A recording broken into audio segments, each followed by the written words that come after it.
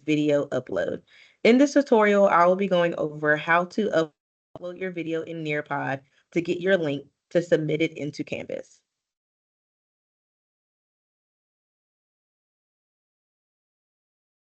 Once you go to nearpod.com, you're going to hit log in to your account. You should be able to log in using your Google, your CMS Google. Sign in with Google to the left.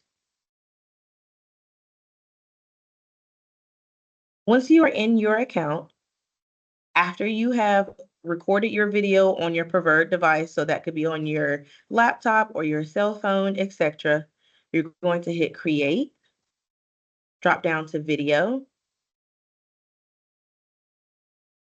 and it will bring you to where you can upload your video on Nearpod.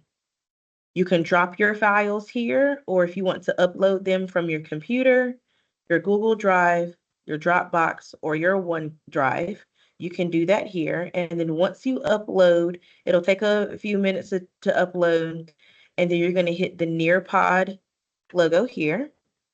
And that will bring you to your lessons. I've already uploaded a video just so you can see as an example. So here's the video that I uploaded here.